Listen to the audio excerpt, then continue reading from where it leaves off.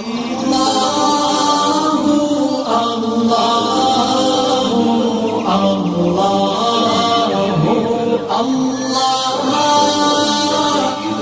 ونبينا ومولانا محمدا عبده ورسوله صلى الله تبارك وتعالى عليه وعلى آله وصحبه وبارك وسلم تسليما كثيرا كثيرا.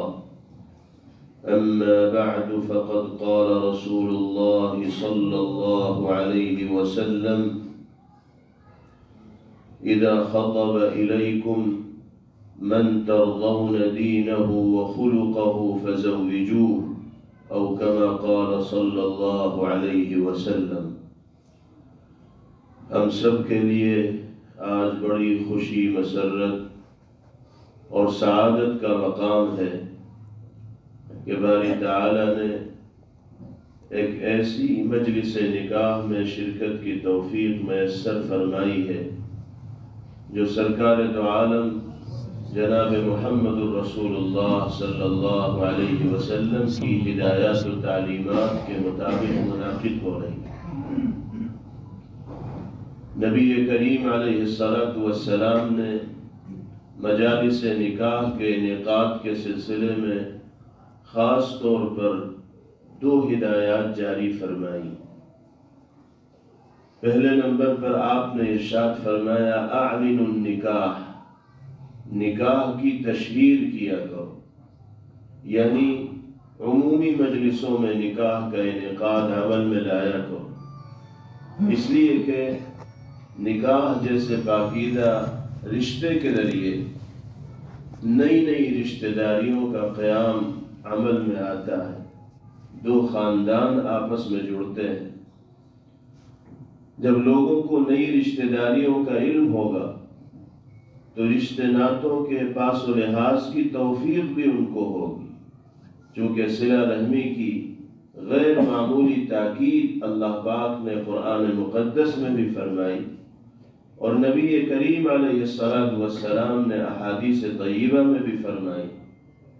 تو جب تک انسان کو رشتہ ناتوں کا علم نہیں ہوگا، اس وقت تک صحیح طور پر صلہ رحمی اور رشتہ داریوں کے حقوق کی ادائیگی کی توفیق بھی اس کو نہیں میسر ہو پائے گی. اس لیے پہلی ہدایت پیغمبر علیہ السلام نے یہ دی کہ نکاح کی تشہیر کیا کرو. یہ ایسا عمل نہیں ہے کہ جس کو خفیہ طریقے سے پوشیدگی کے ساتھ چوری چھپے انجام دیا جائے. اللہ کا فضل و کرم ہے کہ آج ایک عمومی مجلس میں اللہ کے مقدس اور پاکیزہ گھر میں فریضے کی ادائیگی کے بعد اس عظیم سنت کی تکمیل عمل میں آ رہی. اسی طرح دوسری ہدایت پیغمبر علیہ السلام نے یہ دی کہ وَاجْعَلُوهُ فِي الْمَسَاجِدِ، نکاح مسجدوں میں کیا کرو. اس ہدایت کے ذریعے نبی کریم علیہ السلام نے امت کو یہ پیغام دیا، یہ نصیحت فرمائی اور یہ سمجھایا کہ نکاح محض خواہش نفس کی تکمیل کا نام نہیں ہے، کسی رسم کی انجام دہی کا نام نہیں ہے، بلکہ نکاح عبادت کا پہلو رکھنے والا ایک عمل ہے. اور عبادت کے لیے اللہ کے گھر سے زیادہ بہتر اور اچھا مقام کوئی دوسرا نہیں ہو سکتا. مساجد میں جب مجالس نکاح کا انعقاد ہوگا تو بہت سی وہ خرافات، وہ خلاف شرع اعمال، وہ چیزیں جو عمومی طور پر شادی خانوں میں منعقد کی جانے والی مجالس نکاح میں مشاہدے میں آتی ہیں، مسجد میں جب مجلس نکاح منعقد ہوگی تو ان تمام خرافات سے اور برائیوں سے یہ پاکیزہ مجلس محفوظ ہو جائے گی اور اللہ تعالی خیرات و برکات سے اور سعادتوں سے اس کو بہرور فرمائے. خوشی کا مقام ہے کہ باری تعالی نے آج جس مجلس نکاح میں شرکت کی توفیق ہم سب کو میسر فرمائی ہے وہ جناب رسول اللہ صلی اللہ علیہ وسلم کی انہی ہدایات و تعلیمات کے مطابق منعقد ہو رہی ہے، وجود میں آ رہی ہے. اور پھر نکاح کے حوالے سے ہمیں یہ سمجھنا چاہیے کہ اسلام دین فطرت ہے۔ انسان کی فطرت جن جن چیزوں کی متقاضی ہوتی ہے، مذہبی اعتبار سے اللہ پاک نے ہمیں ان کاموں کو انجام دینے کے لیے راہیں مہیا فرمائی ہیں، راستہ دکھایا ہے، طریقہ بتلایا ہے۔ نکاح کے پاکیزہ رشتے سے جڑ کر زندگی گزارنا، یہ بھی انسان کی فطرت کے عین مطابق ہے۔ اس فطری خواہش کی تکمیل کے لیے باری تعالیٰ نے نکاح کے پاکیزہ رشتے کے قیام کو وجود میں لانے کی تاکید فرمائی۔ قرآن کریم میں بھی ارشاد فرمایا گیا وَلَقَدْ أَرْسَلْنَا رُسُلًا مِّن قَبْلِكَ وَجَعَلْنَا لَهُمْ أَزْوَاجًا وَذُرِّيَّةً۔ آپ سے پہلے جتنے رسولوں کو اور نبیوں کو ہم نے اس دنیا کے اندر بھیجا، ان کو بھی ہم نے بیویاں عطا کی اور آل اولاد عطا کی۔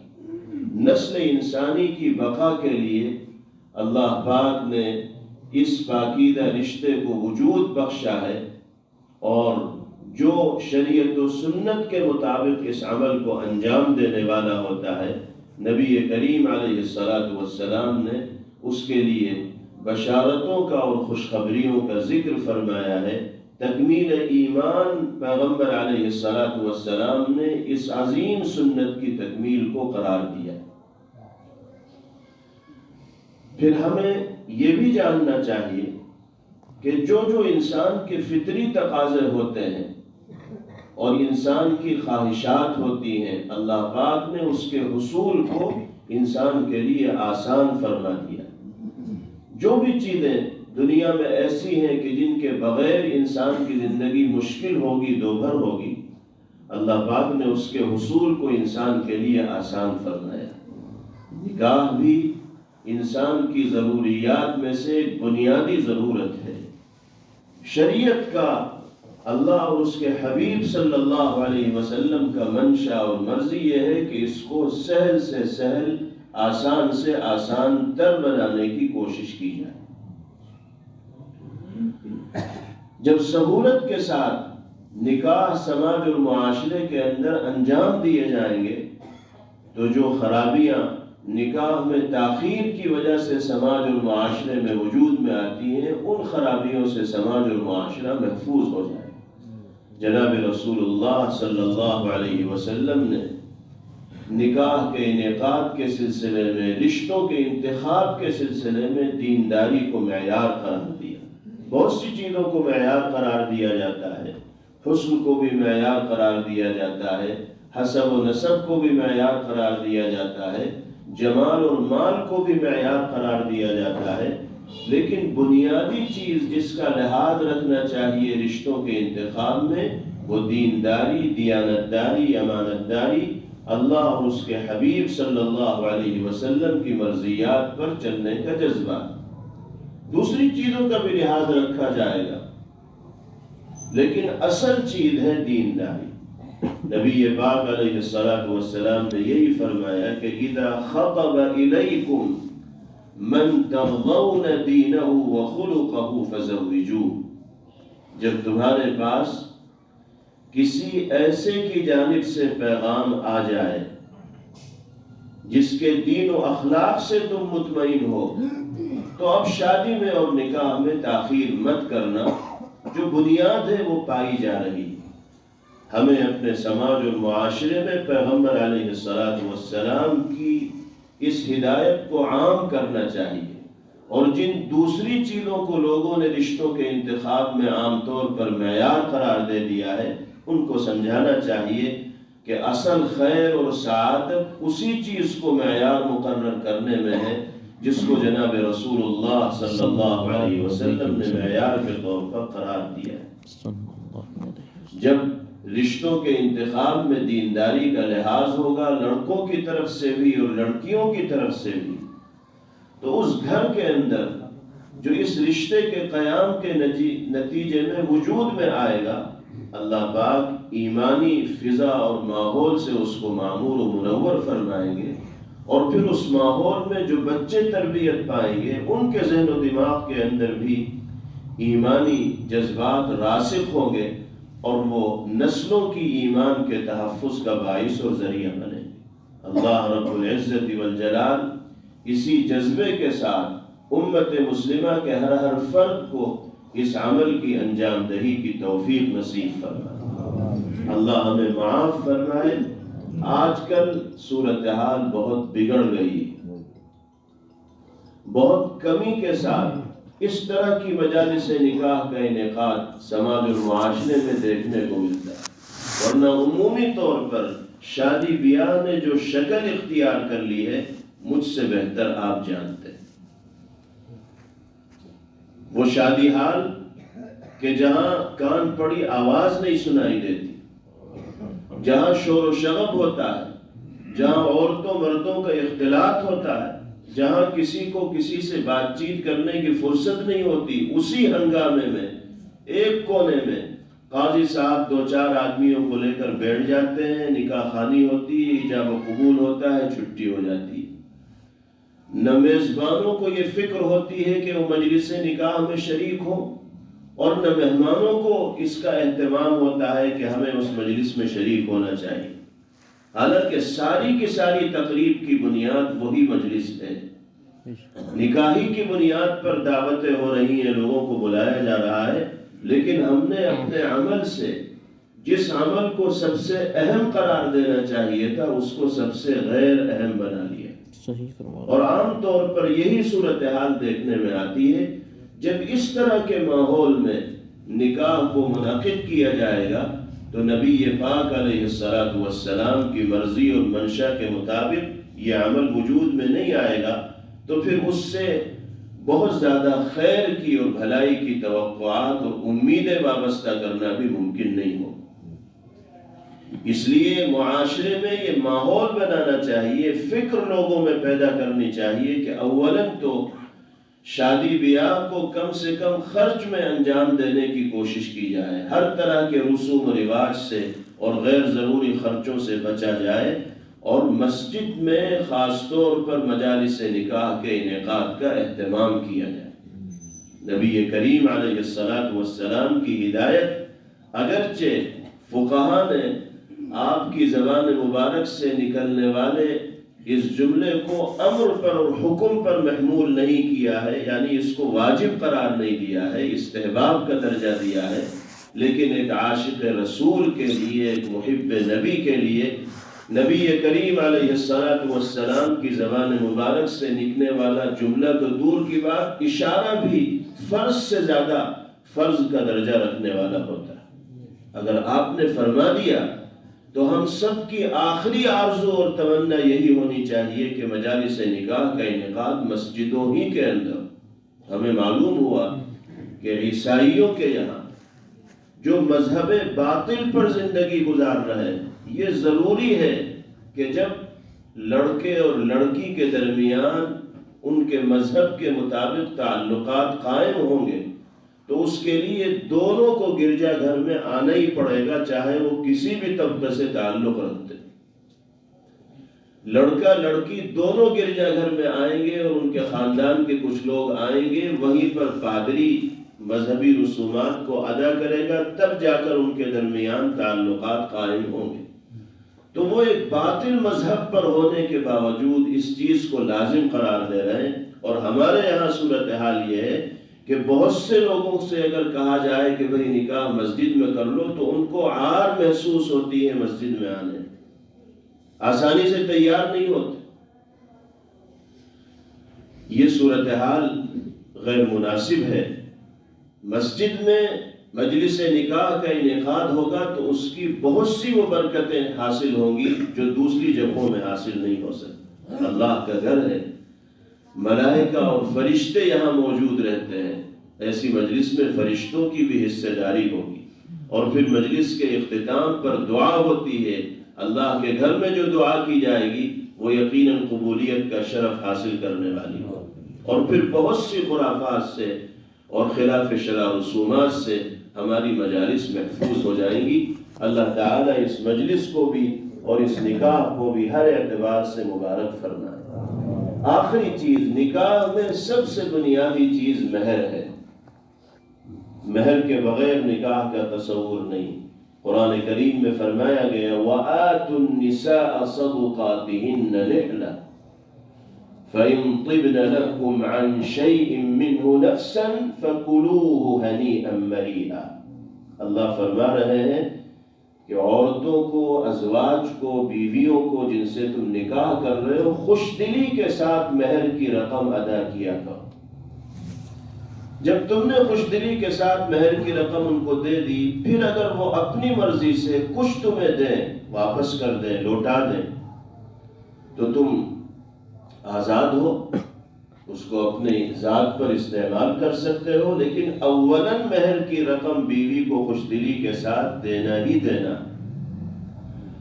آج کل عام طور پر یہ خرابی پائی جاتی ہے کہ اولاً تو مہر کی رقم مقرر کرنے میں سب سے زیادہ بخل اور کنجوسی کا مظاہرہ ہوتا ہے. ویسے تو خرچے خوب ہو جاتے ہیں، لیکن جب مہر کے رقم کی تعیین کا مسئلہ آتا ہے تو اس میں پھر ٹال مٹول سے کام لیا جاتا ہے کہ کم سے کم مہر کی رقم مقرر کی جائے.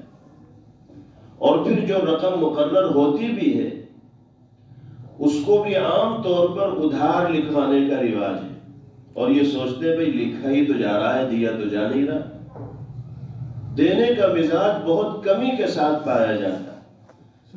اللہ معاف فرمائے، بعض گھرانوں میں تو صورتحال یہ ہے کہ مہر کی ادائیگی کا تصور اسی وقت آتا ہے جب خدا نخواستہ علیحدگی کی نوبت آتی ہے یا شوہر دنیا سے چلا جاتا ہے، تب مہر کی ادائیگی کے بارے میں لوگوں کی زبانوں پر چرچے ہوتے ہیں.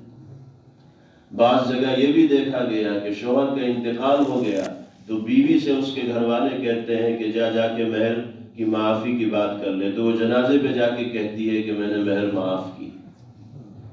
اس طرح کی صورتحال. اگر کہہ دیا جائے بیوی سے کہ مہر ادا کروں گا، مہر دوں گا، تو بعض واقعات ایسے ہیں کہ بیوی رونے لگتی ہے. وہ سوچتی ہے کہ مہر دینے کا مطلب یہ علیحدگی اختیار کر رہا ہے. یہ تصور سماج کے اندر عمومی طور پر پایا جاتا ہے. اس تصور کو بھی ختم کرنا ہے اور نقد مہر کی ادائیگی کا اہتمام کرنا ہے. یہ ایک قرض ہے.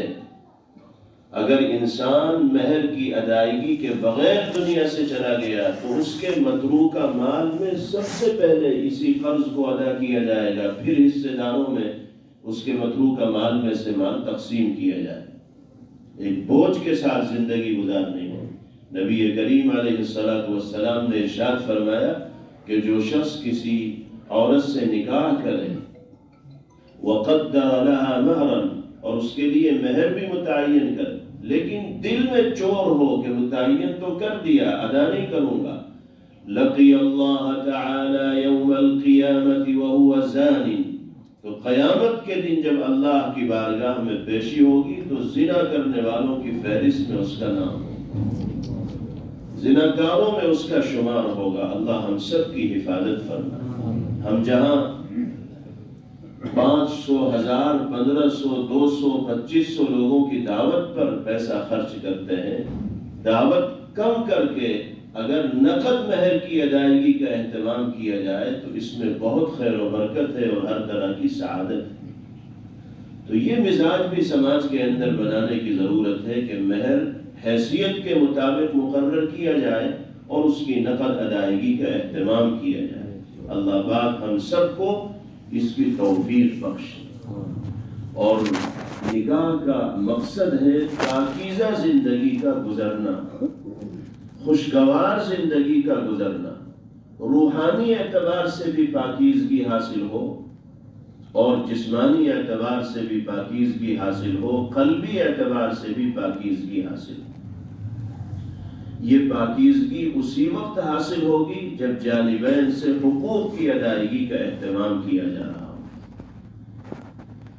شوہر بیوی کے حقوق کو ادا کرنے کی ہر ممکن کوشش کرے اور اس کو اپنے ذمے لازم سمجھے، اور نبی کریم علیہ السلام کے اس ارشاد گرامی کو مستحضر رکھے کہ خیرکم خیرکم لأہلہ وأنا خیرکم لأہلی.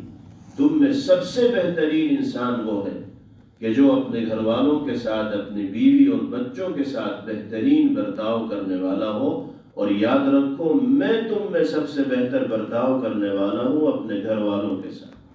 شوہر اپنی بیوی کو رفیق زندگی اور شریک حیات تصور کرے گا، اپنے ماتحت حکم کے تابع اگر تصور کیا جائے گا تو پھر اس میں تلخی اور بگاڑ کے پیدا ہونے کا امکان ہوگا۔ دونوں کو برابر کی حیثیت دینی ہوگی، وہ اس کی عزت نفس کا خیال رکھنے والا ہو اور بیوی شوہر کی عزت نفس کا خیال رکھنے والی۔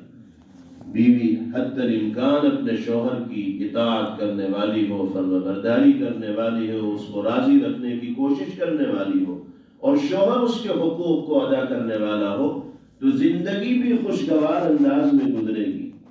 یہ دنیا کا گھر جنت کا نمونہ اور نظارہ انشاءاللہ پیش کرے گا، اور پھر روحانی اور قلبی سکون بھی حاصل ہو۔ یہ جو قرآن پاک میں فرمایا گیا وَمِنْ آيَاتِهِ أَنْ خَلَقَ لَكُم مِّنْ أَنفُسِكُمْ أَزْوَاجًا لِتَسْكُنُوا إِلَيْهَا، اللہ نے فرمایا کہ ہماری قدرت کی نشانیوں میں سے ایک نشانی یہ ہے کہ ہم نے تمہیں میں سے تمہارا جوڑا پیدا کیا۔ یہ جوڑا کیوں پیدا کیا؟ لِتَسْكُنُوا إِلَيْهَا۔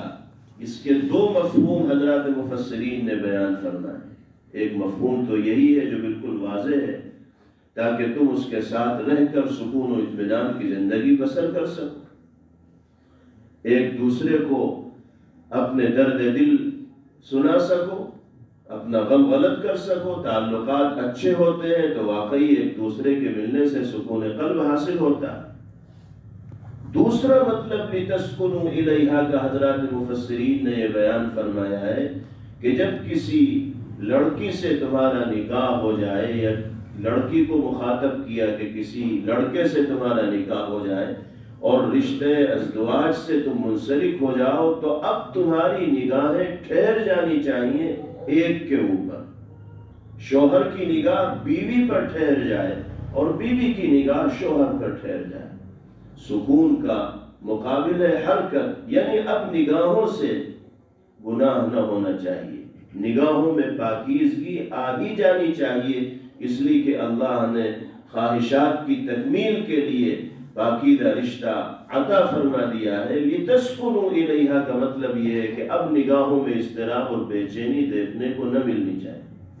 تو یہ سب چیزیں مقاصد نکاح میں ہیں۔ اللہ تعالیٰ انہی چیزوں کو پیش نظر رکھ کر ہمیں اس مبارک اور پاکیزہ رشتے سے جڑنے کی، اور جو جڑ چکے ہیں ان کو اچھے انداز میں نبھانے کی توفیق نصیب فرمائے۔ وآخر دعوانا ان الحمد للہ رب العالمین۔ نعوذ باللہ من شرور انفسنا ومن سیئات اعمالنا، من يهده الله فلا مضل له ومن يضلل فلا هادي له، ونشهد أن لا إله إلا الله وحده لا شريك له، ونشهد أن سيدنا ونبينا وإمامنا وسندنا ومولانا محمدا عبده ورسوله، صلى الله تبارك وتعالى عليه وعلى آله وصحبه وبارك وسلم تسليما كثيرا كثيرا. أما بعد فأعوذ بالله من الشيطان الرجيم. بسم الله الرحمن الرحيم. يا أيها الناس اتقوا ربكم الذي خلقكم من نفس واحدة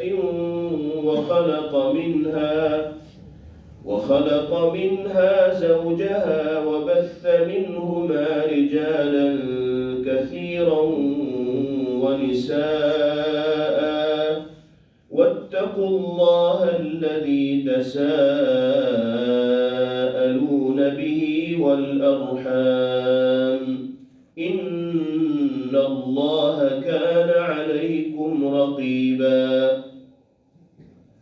وقال تعالى: يا أيها الذين آمنوا اتقوا الله حق تقاته ولا تموتن إلا وأنتم مسلمون.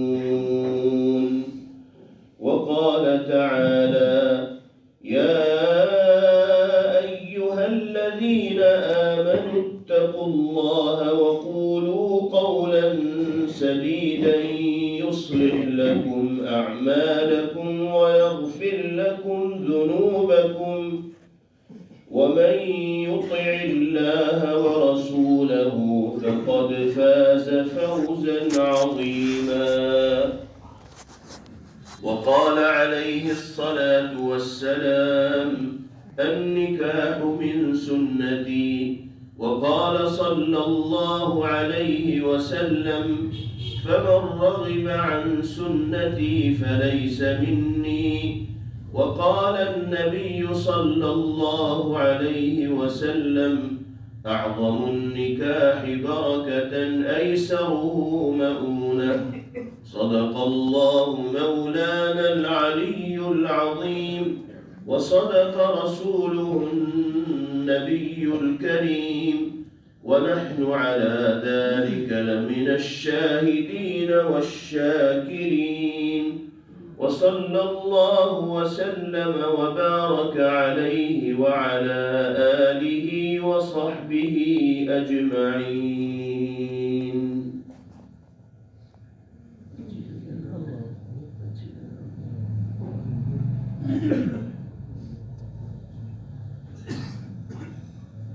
حضرت مولانا محمد شفیق صاحب دامت برکاتہم کی صاحبزادی انجم خاتون کا نکاح بعوض مہر فاطمی میں نے آپ کے ساتھ کیا، آپ نے قبول کیا؟ جی قبول کیا۔ بارک اللہ لکم وجمع بینکم بالخیر۔ اللهم لك الحمد كله ولك الشكر كله، اللهم لا نحصي ثناء عليك أنت كما أثنيت على نفسك. اللهم صل وسلم وبارك على سيدنا ونبينا ومولانا محمد وعلى آله وصحبه كما تحب وترضى عدد ما تحب وترضى. لا إله إلا الله الحليم الكريم، سبحان الله رب العرش العظيم، لا إله إلا أنت سبحانك إني كنت من الظالمين. یا اللہ مہد اپنے لطف و کرم سے ہم سب کے گناہوں کو معاف فرما۔ الہ العالمین، آپ کے اس مقدس و پاکیزہ گھر میں ابھی جو نکاح ہوا ہے اس کو ہر اعتبار سے مبارک و مسعود فرما دے۔ اے اللہ، زوجین میں غیر معمولی الفت و محبت پیدا فرما دے، دونوں کو باہمی حقوق حسن و خوبی کے ساتھ انجام دینے کی توفیق میسر فرما دے۔ اے اللہ، اس رشتہ محبت کو دوام عطا فرمائی۔ اے کریم آقا، اس پاکیزہ رشتے کو اولاد صالحہ کے وجود میں آنے کا ذریعہ بنائی۔ یا اللہ، اس رشتے کو ہر طرح کی تلخیوں سے، رنجشوں سے اور ناگوار خاطر امور کے پیش آنے سے محفوظ فرما دی۔ یا اللہ، اس پاکیزہ رشتے کو خوشگوار زندگی کے گزرنے کا باعث اور ذریعہ بنائی۔ نظر بد سے اس کی حفاظت فرمائی۔ یا اللہ، دونوں خاندانوں میں جوڑ کا باعث اور ذریعہ بنائی۔